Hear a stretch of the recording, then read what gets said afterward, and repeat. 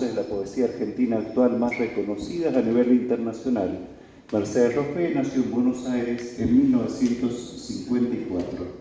Es profesora de Letras Modernas por la Universidad de Buenos Aires y doctora en Literatura Española y Latinoamericana por la Universidad de Nueva York. Publicó el ensayo sobre literatura medieval, la cuestión del género. Ha impartido clases de literatura española y latinoamericana a nivel universitario y dictado talleres de escritura creativa en Buenos Aires, Madrid, Quebec, los Estados Unidos y Venezuela. Actualmente se desempeña como profesora en la maestría de escritura creativa de la Universidad 3 de Febrero. Ha participado, por supuesto, en distintos festivales. Me gustaría hacer un recuento de sus libros. Poemas El tapiz, Cámara baja, La noche y las palabras, Definiciones malas, que es un libro absolutamente maravilloso, Canto errante, Memorial de agravios, La ópera fantasma y Las linternas flotantes. Y Diario ínfimo. A comienzos de 2017, dos editoriales mexicanas publican respectivamente El Millón, Tintas y otros poemas y Las linternas flotantes. Publica su antología Todo alumbra en 2017 en Quito, publica Composición, Cristales en 2024 y Aquella hilación casi perfecta. En 2018 publica Glosa continua, Ensayos de poética, primer volumen de una serie de microensayos sobre arte, y en 2022 su segundo libro de microensayos, Prosas fugaces. Había publicado La interrogación incesante, entrevistas realizadas entre 1996 y 2012. Yo creo que hay muchísimo más para leer, pero creo que tener el gusto y el placer de escucharla acá nos libra de mayores presentaciones.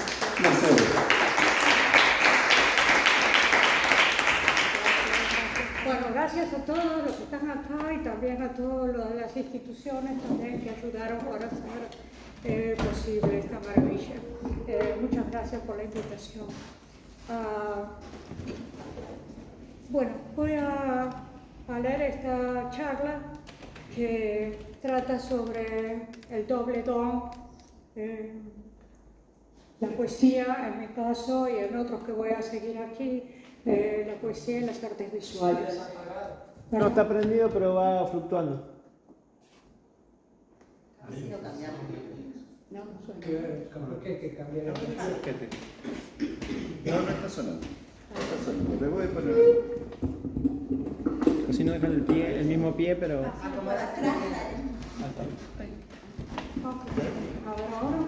Perfecto. Vos me preguntabas si teníamos un micrófono. Tenemos dos. Y no, bueno, son más o menos. Bueno, ahora a ver si veo, porque ahora que suena, a ver si veo. Bueno, este trabajo en particular se llama Scrivere, escribir, dibujar, grabar. Hace poco me enteré de que existe en francés una expresión para referirse a esas segundas vocaciones en las que tan a menudo, mucho más de lo que tal vez pensemos, incurrimos aquellas personas que hemos dado en hacer de la creatividad el centro tanto del trabajo como del esparcimiento y la distensión de nuestra vida. La expresión francesa a la que me refiero es le violon d'Ingres, pues al parecer surgió a propósito de la afición del gran pintor Dominique Ingres a tocar el violín, su segunda vocación respecto de aquella por la que habría de ser reconocido. Es probable que la expresión le violon d'Ingres haya caído en desuso, pero se comprueba que a mediados del siglo XX circulaba en España. En un artículo que publica Azorín en el ABC el 28 de enero de 1945, el Madrid de Solana, se habla no de la obra pictórica, sino precisamente de los escritos del pintor José Gutiérrez Solana.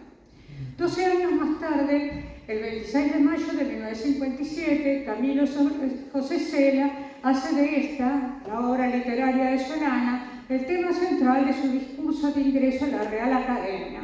Cela lo plantea así: me interesa recalcar el hecho de que Solana fue, al tiempo, tan gran pintor como escritor. Díaz Canedo, en la nota que publicó, esto sigue Cela hablando, Díaz Canedo, en la nota que publicó en Revista de Occidente sobre sus 4 primeros libros, nos dice: el caso de que un pintor escriba no es raro ni nuevo, menos frecuente, sin embargo, que las cualidades que muestra en una de las artes logran equivalencia cabal en la otra. Totalmente de acuerdo. Azorín afirma: la pintura en José Gutiérrez Solana tiene su correlación lógica en el arte literario del pintor. La literatura para Solana no fue un violín d'ambre, sino, esto sigue sino una necesidad de expresarse hondamente sentida. Al final de la cita, Sela deja en claro que la expresión le violon d'ambre no carecía, al menos en algunos ámbitos, o al menos en España, de cierto matiz peyorativo. Lo que se comprueba es que, poco después, ciertos medios traducirán la expresión directamente como hobby o pasatiempo. ¿Me oyen bien? En agosto del mismo año en que Sela presenta su discurso de ingreso a la Academia sobre la obra literaria del pintor Gutiérrez Solana, el Courier de la UNESCO publica lo que llama su Special Report Famous Authors as Artists, Their Paintings, Drawings and Sketches. No hace falta traducir, ¿no? Se entendió, ¿no? Los editores se preocupan por iniciar su presentación insistiendo en la originalidad de su trabajo, el que consideran el primero en investigar a fondo un tema habitualmente tocado en biografías y enciclopedias, pero hasta entonces nunca tratado desde una perspectiva que hoy llamaríamos global y que resumen como los muchos grandes hombres y mujeres de letras que buscaron satisfacer su hambre por expresarse, no solo escribiendo novelas, dramas o poemas, sino también bocetando, dibujando o pintando, ya fuera como vocación o como entretenimiento. Parecería así que no sería arriesgado considerar el año 1957 como el annus mirabilis en que nació, no diré una nueva disciplina, pero sí un interés totalmente nuevo por aquella parte de la creación artística que tan relegada había quedado hasta entonces, no por los artistas y escritores mismos, pero sí por la mayoría de aquellos abocados al estudio y valorización de sus obras. El mismo ensayo de la UNESCO adelanta algunas razones para ello, entre ellas el hecho de no haber quedado esas obras catalogadas, en el caso de las artes visuales, o publicadas, en el caso de los escritos, sino por lo general amontonadas junto a otros papeles de mayor o menor relevancia en los archivos de bibliotecas y museos, donde sí se guarda con todo celo el producto de aquello que hizo de cada artista o escritor el gran nombre por el que se lo reconoce, o sea, como un extra de la obra principal. Un rastreo a lo largo de los 7 u 8 últimos siglos nos confronta con ciertas razones más amplias o más determinantes para que la historia se haya dado del modo en que se dio. Es sabido que por hombre renacentista se entiende aquel que, como Miguel Ángel o Leonardo, se desempeñó en más de un campo artístico o científico. Esa capacidad declinó notablemente durante el siglo XVIII y no es difícil adivinar por qué, ya que el siglo de las luces no fue uno de los más lúcidos, ni amplios, ni permisivos de los que se tiene memoria, a menos en las artes de todo tipo. Es a partir de Goethe y su doble vocación, aun si la inicial, la de las artes visuales, sería casi totalmente relegada en beneficio de la palabra, y más aún a partir de la revolución que significó el romanticismo, que el artista, sobre todo entonces los artistas varones, pudo dar rienda suelta a esas otras vías de expresión que no constituían su actividad central.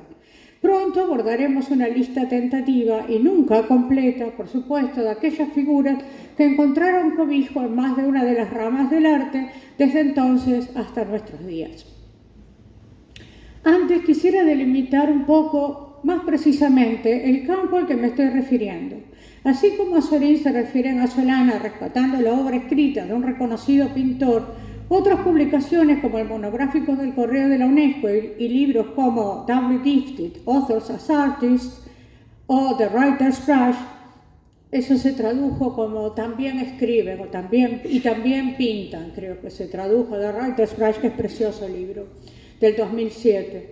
Se concentran en aquellos escritores y escritoras que desde el siglo XIX hasta ahora Han abordado también alguna rama de las artes visuales, la pintura, el dibujo, la escultura. Una primera salvedad que se impone es que también, por supuesto, y ya esta noche lo hemos visto, aunque la cosa cambió históricamente, ahora no es ninguna novedad, es que también ha habido músicos que abordan las artes visuales o la escritura y pintores o artistas visuales que han escrito relatos, novelas o poemas. Lo que no vamos a considerar aquí son aquellos escritos de músicos y artistas que forman parte de su correspondencia o su poética, ni las cartas a Theo, aún en su indudable solidez y belleza, ni los escritos sobre arte de Kandinsky o Paul Klee, pero sí los poemas de Klee o los libretos de Wagner, los relatos de Kubin, los dibujos de Lorca o los textos híbridos de Munch. Tampoco quiero detenerme en aquello que también queda asentado en algunas novelas claves del siglo XIX, el hecho de que la formación básica de una persona de bien, perdón por la expresión, del siglo XIX estoy hablando, incluyera, miren qué ironía, el piano, el canto, el baile y algunas lenguas modernas. Hechas estas salvedades, creo que ya es hora de mencionar parte del ingente número de artistas y escritores que han producido obras de nivel hoy conocidas y reconocidas en algunas de las ramas de la creatividad que no es precisamente en la que sobresalió inicialmente. Luego pasaré a detenerme en 3 o 4 casos que, por una razón u otra, ocuparon particularmente alguna etapa importante de mi propia formación o trayectoria. Si cuando llegamos ahí ya están cansados, me avisa y paramos. De verdad les digo, está medio tarde. He hablado de Goethe. Imposible no mencionar a un contemporáneo suyo que no tuvo que dejar su vocación inicial por otra en la que descollaría, sino que cultivó las dos con igual dedicación y sobrehumano talento, William Blake. Paso a la lista. Baudelaire, Poe, Artaud, Emily Bronte, Sylvia Plath, Robert Duncan, Alejandro Pizarnik, Dostoyevsky, Henry Darger, Allen Ginsberg, Rafael Alberti, Lorca, Claro, Juno Barnes, Jean Cocteau, Kafka, Patricia Highsmith, Günter Grass, Gogol, Marianne Moore, Victor Hugo, Eric Satie, Verlaine, Odilon Redon, Audrey Bursley, Strindberg, Dylan Thomas, William Morris, Émile Zola, Henri Michaud, Rabindranath Tagore, Hermann Hesse, Hans Christian Andersen, Lewis Carroll, Pierre Loti, Thomas Hardy, Charlotte Bronte, George Sand y los ya mencionados Paul Klee, Wagner, Kubin, Munch. Esto es mínimo realmente. Si uno se pone a seguir esta línea en las últimas décadas, bueno, la verdad raro es el que no o la que no ha probado un poco alguna otra rama, sobre todo la rama de las artes visuales. Pienso más cerca de nosotros en las fotografías de Patti Smith, las instalaciones de Raúl Zurita, la novela de Yuyo Noé, la obra visual de Yeltsin y de Hugo Padelecki, los libros de artista de Alain Dorion, por nombrar unos pocos. Las razones que da sobre el tema aquel estudio inicial publicado en París en el 57 mencionan la necesidad de estos autores y artistas de expresarse, o más dramático aún, the hunger for self-expression, o sea, el hambre, la necesidad, el ansia de expresarse, como dice textualmente, como aquello que los lleva a abordar el lápiz o el pincel, además de la pluma con la que componen su obra literaria. Esa doble condición que le permite al ser humano expresarse o expresar o representar algo, aun sea de manera no figurativa, a través tanto de la escritura como del dibujo o la pintura, está ya presente en la etimología misma de la palabra escribir, o su origen latino scribere. Si nos remontamos a tiempos anteriores a la invención del papel, entendemos hasta qué punto escribir era también, más que nada, grabar. Trazar en tablillas de madera o de arcilla con un estilete los trazos de aquello que quería conservarse por escrito. La escritura cuneiforme y las tablillas romanas son ejemplos claros del alcance del verbo script en sus orígenes. Más cerca de nosotros, había que pintar el primer libro, dice la poeta Soledad Fariña, en la línea que inaugura toda su obra poética. Hay un tema, sin embargo, también muy poco tratado y estudiado, que quisiera traer a propósito de esta necesidad, que no estoy segura de que se acaba en una urgencia por la autoexpresión, es decir, por la necesidad de transmitir sentimientos, experiencias, alegrías, luchas o fracasos. Pienso en algo mucho más pequeño y demoníaco, si se quiere. Todo depende de la placidez o la violencia con que se nos presente. Me refiero a un síndrome que, siguiendo a Edgar Allan Poe, la neuróloga Alice Flaherty dio en llamar The Midnight Disease, la enfermedad de la medianoche. Se trata de una condición conocida en los círculos medios como hipergrafia, que tiene por síntoma principal la escritura compulsiva. La urgencia de escribir o dibujar, para el caso, no por lo mucho que se tenga que decir o expresar, sino por una necesidad física de origen neurológico. Es decir, se siente como si fuera una urgencia de la mano, pero en realidad es del cerebro, de los lóbulos temporales, una urgencia que compele a hacer grafos, o más aún, a no parar de hacerlos.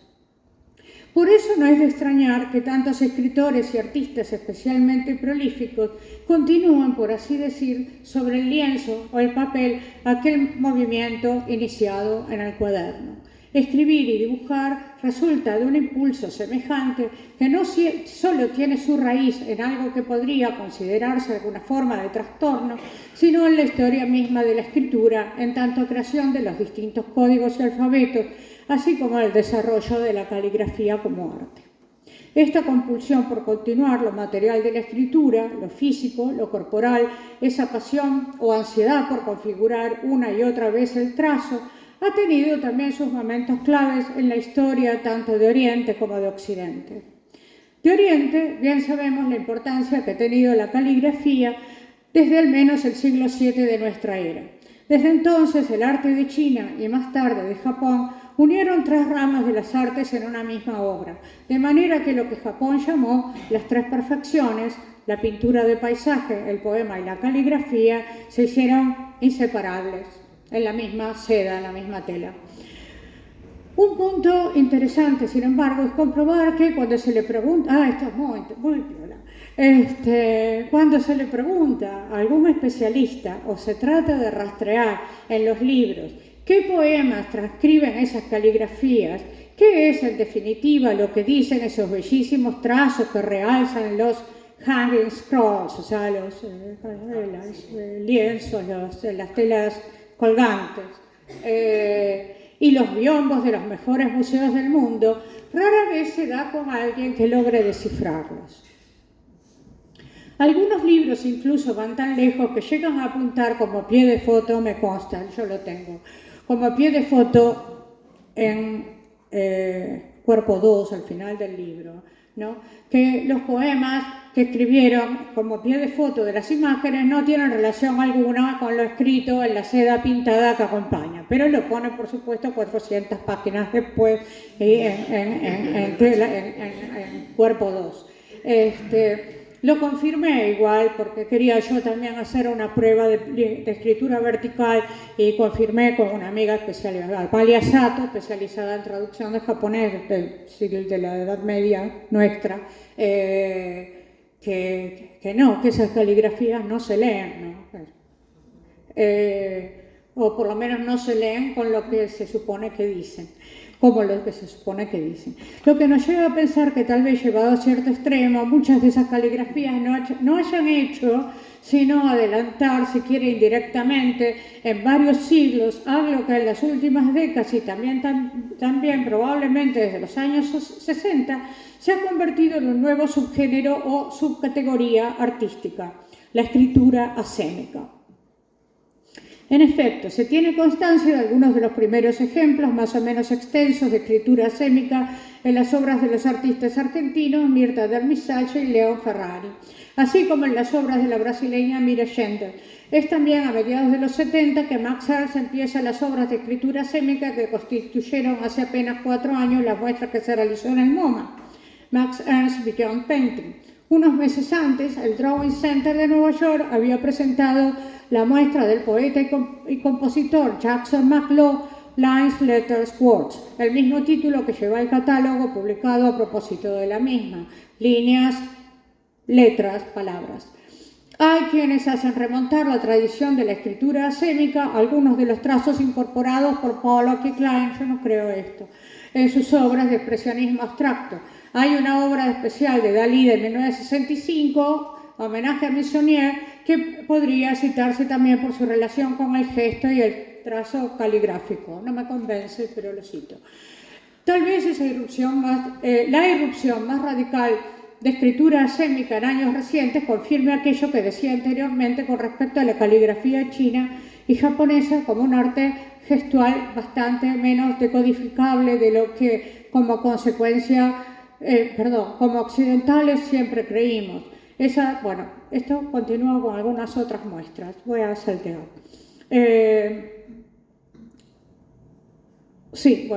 Una muestra de rollos en el Met de la sala de Asia de un joven artista chino. Todo eran signos creados por él, pero eran de un lado al otro del techo y cayendo por las paredes enormes rollos. Ante este despliegue, las medidas eran acá de 96 por 3.500 centímetros y cada uno de los rollos de las vidrieras eran de 280 por 100 centímetros. Es que se imaginan que era una sala como esta, llena de grafía que no era inteligible, pero era bellísimo. Ante este despliegue tan posmoderno como arraigado en una de las tradiciones artísticas más largas y respetadas de Oriente, solo me queda indicar que en Occidente no nos quedamos atrás, señalando precisamente el libro de Darmisace y las escrituras quemadas de Roberto Elía y tal vez de una manera más informal, no sé si alguno visita el grupo de Facebook que se llama Asemic Writing, que en el año 2009 tenía ya 20.000 miembros. Por supuesto, no todo era bueno, no todo tenía nivel, pero implica un cierto interés. En Pinterest también, en Pinterest hay cosas bellísimas de Asemic Writing. Llegados a esta apoteosis, solo nos queda volver atrás si quieren, si no me dicen y paro. Y empezar también a recabar en algunos casos de dobles vocaciones que fueron especialmente significativos para mí personalmente, en tanto marcaron momentos claves de mi propia trayectoria, al tiempo que descubrieron algunos casos marginales en el tiempo, siempre fecundo diálogo entre las artes. 1. Audrey Purcell. Sería el año 74-75 cuando descubro un precioso librito titulado Bajo el monte, de un autor para mí desconocido entonces, el inglés Aubrey Purcell. Se trataba de un relato de sobretonos eróticos que narraba nada menos que las aventuras del joven Tannhäuser en la corte de Venus. Ese, pues, era el monte al que se refería el título, no sin malicia. El relato venía ilustrado con dibujos del propio Purcell.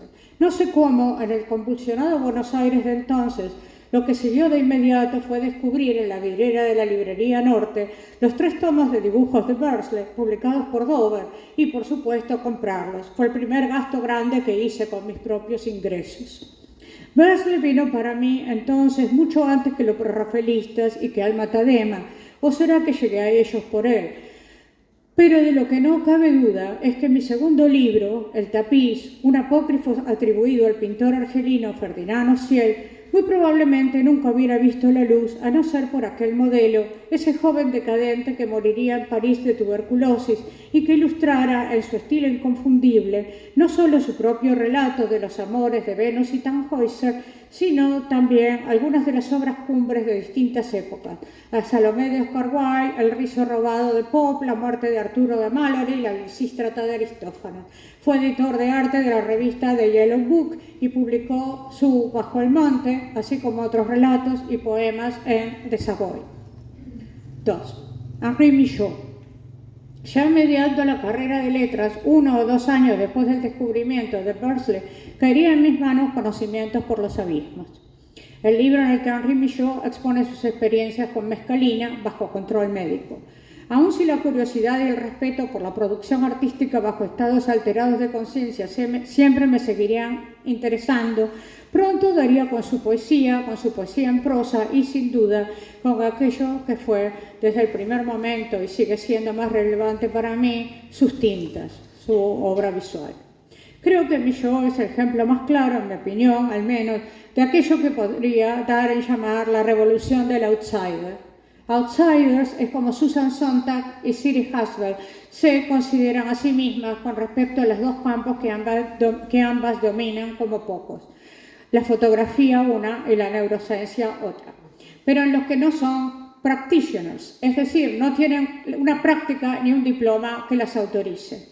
Eso es lo que fue Millot con respecto a la pintura. ¿Y por qué llamo a su aporte una revolución? Afirmar que Millot influyó con sus tintas en el devenir de la historia del arte es probable que resulte una enunciación desmedida. Lo que sí sé es que Millot creó una cuña en la historia, una entrada, un ángulo que, si no en los Pollocks y los Rothkos y los Waterwells, sí incidiría en el florecimiento de ese campo nuevo en Occidente que es, como ya hablamos, la escritura escénica. En cuanto a su incidencia en mí, digamos que distó de ser inmediata. Lo seguí leyendo, lo seguí admirando, seguí tratando de asistir a las muestras y comprar los libros que me permitieran seguir abrazando su obra visual, sus tintas, sus alfabetos.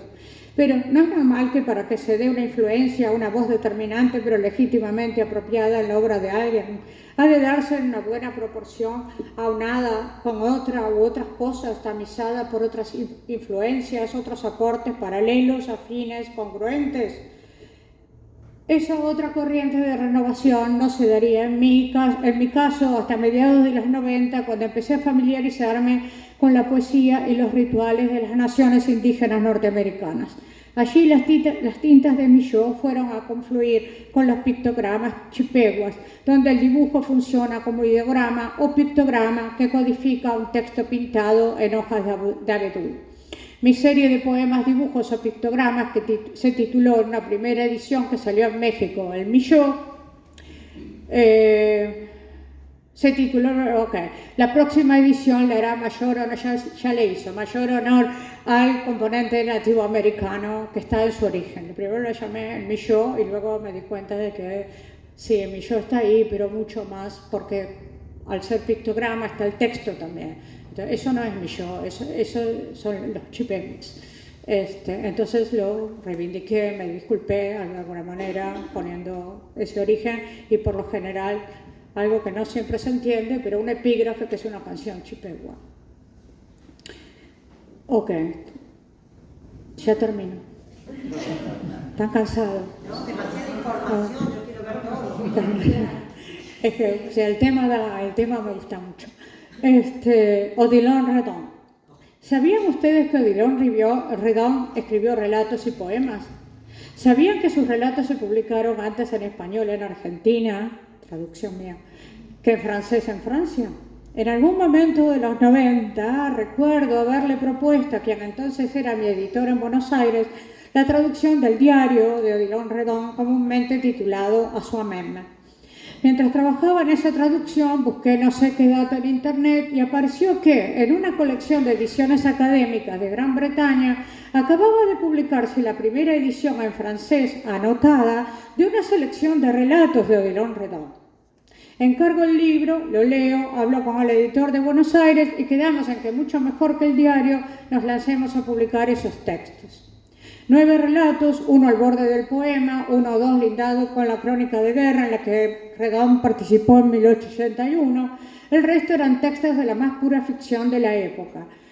Poe, en la que Redon participó, Poe, cuyas obras Redon tanto había ilustrado, las litografías, y Maupassant no podían estar más presentes en la fineza de un estilo que no ahorraba ninguno de los componentes de la literatura fantástica. Una historia incomprensible y otros relatos, es el título que le dimos al conjunto, es el título de uno de los relatos.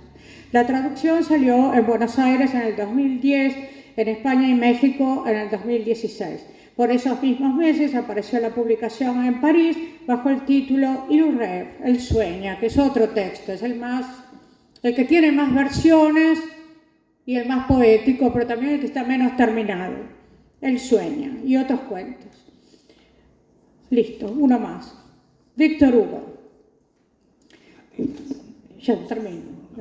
Descritas como brown washes, o sea, aguadas marrones, pero realizadas con múltiples medios: tinta negra o marrón, aguada, carboncillo, grafito, crayón negro, acuarela, wash blanca y azul y tiza blanca y negra, entre muchos otros.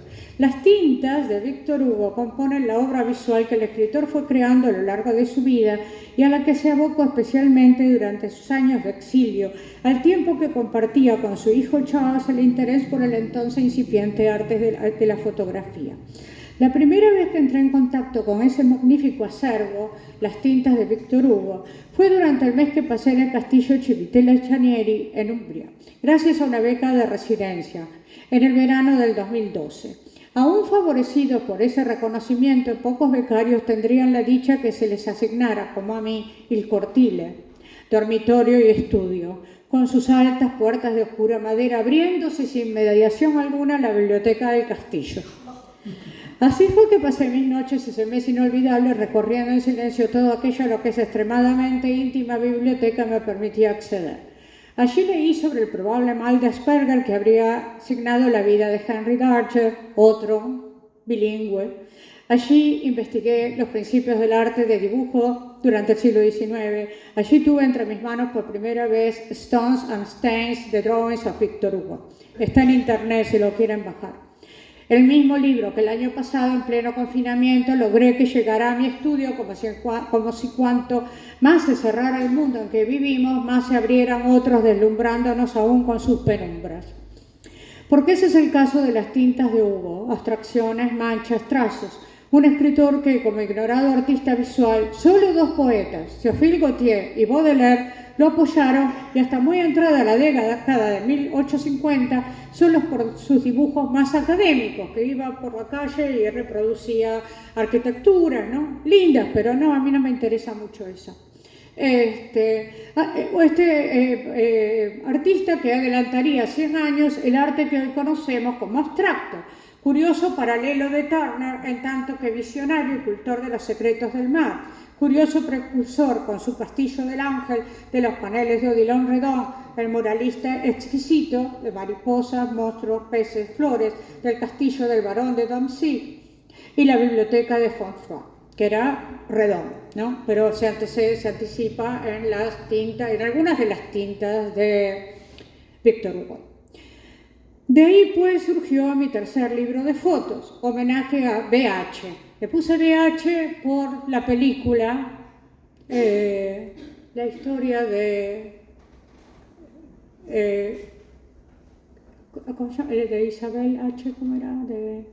Era la hija, pero tan negada que la hija se vuelve, ¿no vieron esa película maravillosa? Creo que era Isabella Gianni, la hija, y pues hace mucho, ¿no? Y bueno, se enamora y se vuelve obsesiva con un chico, creo que era un soldado, una cosa así, y se vuelve totalmente obsesiva con ese chico, y bueno, queda mal. Bueno, cuando estemos cenando, no sé, me voy a acordar del título de la película. Entonces, bueno, yo también de alguna manera para reclamar esa H, ¿no? que la ignoraba en cierto sentido, ¿no? Que la desconocía en cierto sentido, está bien. Hice un libro de homenaje a Víctor Hugo, pero le puse BH. Pequeñas revanchas que uno toma siglos después, ¿no? Fotos no tomadas a partir de esas tintas, sino revisitadas, reurdidas a la luz de aquellas, su sombra reescribiendo en su genealogía una progenie de imágenes captadas bajo distintos señuelos, reelaboradas hoy al sesgo de ese brumoso silencio de naves vagabundas y entre chocar de olas contra el oscuro pabellón de un castillo o un malecón olvidado.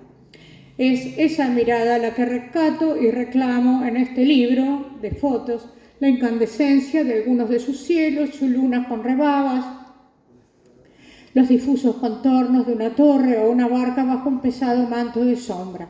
Una obra homenaje no ya al autor de Nuestra Señora de París o Los Miserables, sino al de esos cerca de 4.000 esbozos de piedras, agua, catedrales, pulpos, mar y embarcaciones fantasmas por los que aún hoy muy rara vez se lo conoce. Gracias. Gracias.